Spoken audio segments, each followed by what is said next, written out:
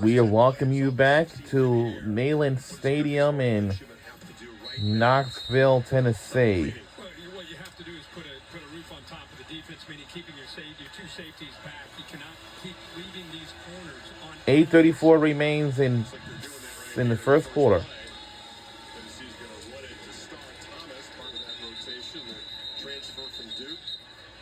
Terrific start to his Tennessee career. Short gain there. Xavier McLeod with a good job there, getting off the blocks. The reason you can play with two high safeties again is if your defensive line can win the battle up front in the run game. Aguilar on the move, flips it short. Mike Matthews makes a man miss. They move to 6 again. Drive up and running at the 31. 14 more yards. Yeah, that's man coverage, but a long way for Dalen Everett to come over and try to stay with Mike Matthews, who can fly. Good size, 6'1", 200 pounds. The best cover guy. First down pass again, bobbled and caught. Just collecting the ball with Staley before the Dogs defense arrives. Gain is 3. It's a new wave of wide receivers we're seeing here in Knoxville. Mike Matthews, Braylon Staley, the two front runners, along with Razzle, who's back from a year ago. Oh! Aguilar's pressure, but he just sidesteps the pressure, and he finds Matthews. Xavier McLeod couldn't grab him. Well, again, because of the athletic ability from Aguilar, what I love is he doesn't panic. It's, again, a guy that had a lot of starts at Appalachian State, able to get away from that potential pressure, got outside, and then didn't look to just take off and run. Kept his eyes. Let me tell you this. That sounds like it really reminds me of when I visited Campbell Street last year before. So it gave Georgia a chance to catch their breath and bring on fresh troops up front for this first down play. There's a slant, complete again. Matthews collects it. Holly? Well, Joey Aguilar had to finish some classwork, so he didn't get to Knoxville until May, so he had to learn the offense over Zoom. When he did get here, 14 hours a day, 6 days a week, trying to work with the coaches in the building. Fast track preparation for sure. Did a great job. Showed up hungry and ready to learn. First incompletion there, and a flag is down. Looks like it could be a hold from Tennessee. Chris Cole brought pressure from the backer position, and it is a holding penalty. Left tackle is hurt, as you say. Georgia trying to do the best job they can, especially on the near boundary against his tempo of rotating corners on and off the field. You know, these guys are running 20, 30, 40 yards downfield almost on every snap because of the Tennessee receivers. So instead of just keeping two guys out there, Daniel Harris and Dalen Everett, they're trying to get Jones and Robinson in there as often as they can. Trying to keep these guys fresh. Yeah, that's essential. Depth is important. We talked about the heat today and the stress on this defense. Intentional grounding, number 6, is accepted. So also down, stop and foul. Third down. So besides the hold, the Aguilar was just throwing it away on the sideline there. Yeah, there's the hold that they decline right there. 53 Hurd against Johnson. He kind of threw that football away. He's inside the pocket. And there's not a receiver. That's a good job. Well, you can see a receiver kind of working towards the sideline. Bill, do you think that receiver was in play there, or was that the right call? It's the right call. The official downfield has to make that decision whether or not that receiver would have been in the area, and his judgment was fine. Okay. Beginning to get a little pressure on Aguilar in this series. So the penalty means that wasn't an incompletion. He's still 10 for 10. 3rd and 13.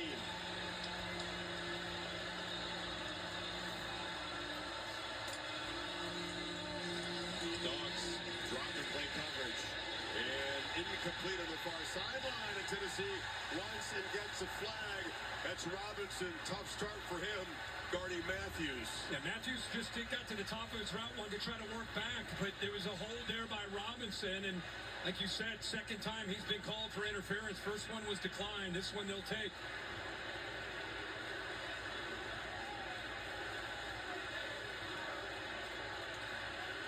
You're under constant pressure. Defense number 1. To stop foul, with an automatic first down. As a DB facing this offense is intense. And it was 3rd and 13.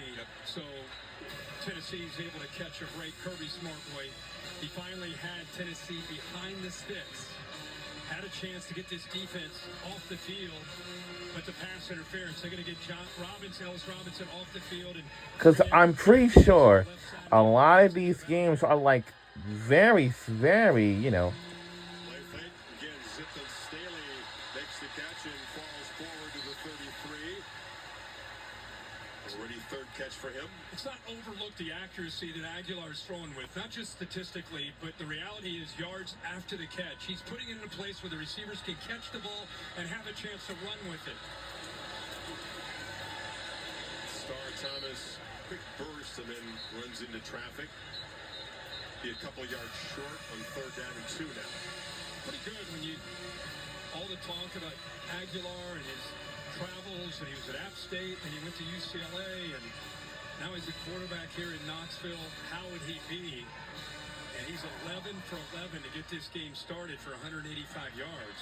Ethan Davis, Vols tight end, ran off the field holding his arm. That's what the delay is for.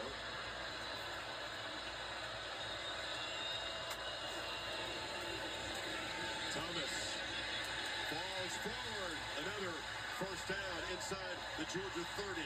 Good tough running that time by Thomas. He was met right close to the line of scrimmage by Gabe Harris Jr. Did a good job of getting off his block. Looked like he had a chance to maybe make that play short of the first down, but Star Thomas kind of has great feet, can make you miss. That time just lowered the shoulder to do transfer and just picked up those 2 or 3 tough yards. It's his 4th school.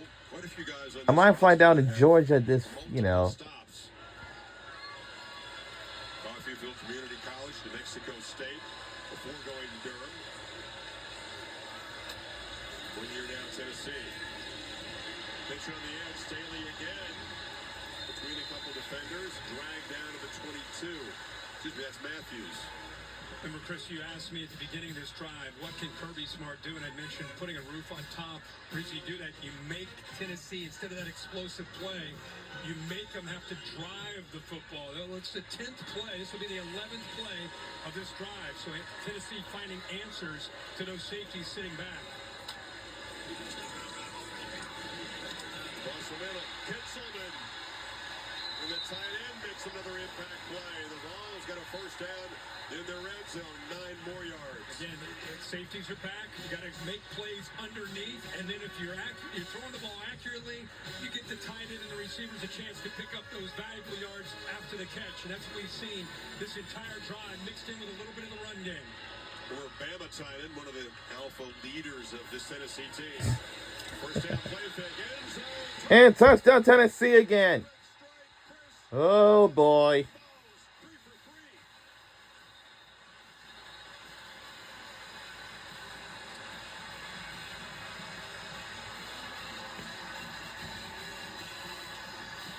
This isn't tricking them with tempo and in different formations. This is just flat out great execution by Joey Aguilar and Josh Heupel in this offense. Look really well prepared, playing in rhythm, playing with confidence, and whether it's zone or man, they've got answers. You come out of the Sun Belt, the one game against high-quality competition, Clemson, clean your clock. He's starting 14 for 14, 213, 2 touchdowns. Yeah, pretty good start. Chris, I want you to watch KJ Bolden, who's an outstanding player, and watch how he kind of gets lost here with his eyes. Doesn't really make a play on anybody. He got some crossers in front of him, but watch this outside move by the receiver, sets up that inside move to the post. But the free safety, KJ Bolden, who's a great player, all-conference, maybe all-American caliber player, just got lost with his eyes in the backfield, and with the receivers crossing in front of him, and he completely misses to get back and support the corner, and Brazel makes him pay for it. Great job again by Aguilar, throwing in rhythm. Nobody has ever lit up a Kirby Smart defense for more passing yards than that in the first quarter. Well, this is the, you got to go back to Hendon Hooker's. The last time a Tennessee offense looked like this, whether it's Georgia or anybody else, just the execution of it, the way they're firing on all cylinders. Branch at the goal line. Be an electric player in the return game, brought down at the 28. So now the Gunner Stockton and the Dogs are going to take a deep breath. Still plenty of time in this game, but your defense is struggling like you never see them struggle. What worries you as a defense for Georgia. Tennessee, they had 224 yards.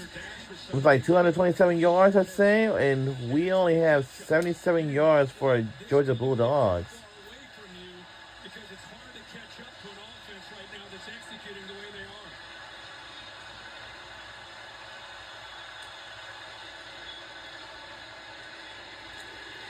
Josh McCray, part of a five-man tailback rotation. He gets a few carries per game, gets a few yards there. Tennessee mixing in some of their own depth. Edwin Spillman in right now. They're very high on him. Middle linebacker in for Thielander.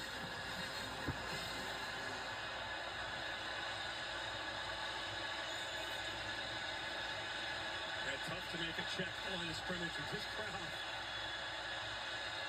Plenty of time on the clock. Gray again makes a cut and spins forward across the 35. It'll set up 3rd and 2 now. So you're saying this third down is important even though it's really early. Very important. And having a running quarterback in these kind of situations really helps, whether you utilize it or not. Just the threat of it, something that Tennessee's got to be aware of.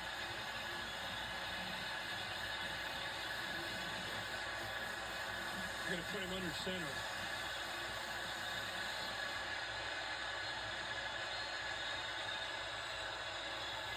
Hand it off inside McCray. 3 carries in a row. Flag is down. It's enough for the first down at the 39. Check the marker.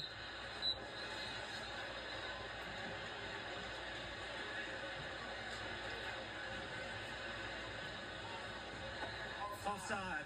Defense. Lined up the neutral zone to the snap. It's a 5-yard penalty. Results in a first down. All right. Weathersby. It's an easy call there. And the offense is left And side. this will be a first down. Right here on the edge. Just He's been trying desperately to get healthy. Was sort of questionable midweek. One of the many Georgia natives on this Tennessee roster. Dogs from the 40 now. Frazier in the backfield. Fake it to him. Stockton took a quick peek, and then as he does often, nothing's there. Takes off quickly, takes a short sack by Caleb Herring. Yeah, he drops back off the play action look. Watch his head. He's looking to his left. Doesn't see anything that he likes. See how he's looking over here. By the time he decides to come back to his right, there's nothing there. One of the areas he's really going to have to continue to grow is working through his progressions and sitting in that pocket when he has time to throw. Ball's been good at getting after the passer this young season. Behind the sticks now, 2nd and 12. Pressure again, Stockton flushed and just throws it And away. yes. Rush got there in a hurry. That was Herring again.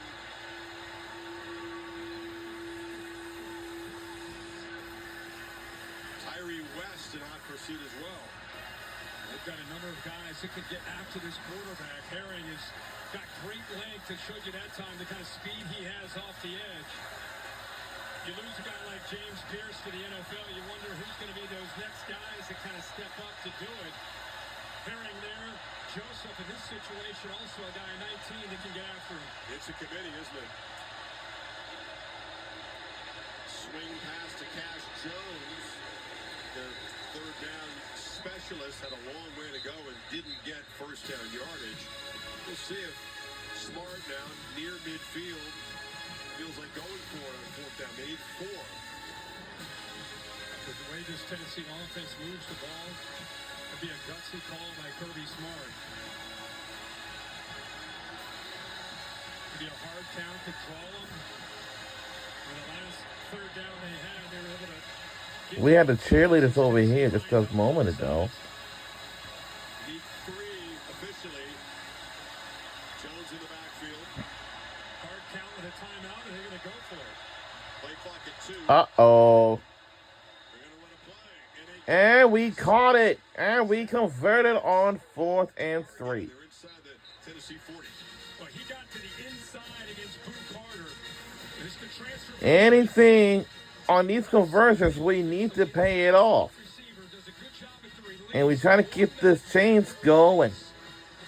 We have to move the chains and keep the chains going. Speed. Once he won at the line of scrimmage, he's just able to pull away from Boo Carter. Gutsy call by Kirby, and it pays off. Branch has already become a Anything on conversions, we need to pay it off. first time throw zipped over the head. This guy's very busy, as you said, out of the inside slot. 10 seconds left. A little bit left of time. Downfield and threaten the defense further. Can we make a touchdown in 10 seconds or what? Dangerous in the line of scrimmage with the football. Yeah, he sure is. Like you said, he's kind of a joker. They would move him around. But you look at he and Colby Young. If it's something like, From A&M, for instance, two tight ends, 7:30, Bell, and then the freshman. They we'll be watching Notre Dame versus Texas A&M Aggies. And looks like we didn't do much. Well, that'll do it for the first quarter of the play. So, Rocky Top 3. and this thing is for the Rocky Top here at the University of Tennessee. This is a big campus, just like Georgia campus, like the University of Georgia. Your local ABC station. And we'll be right back on the other side. Quarter 2 is next. We'll be right back.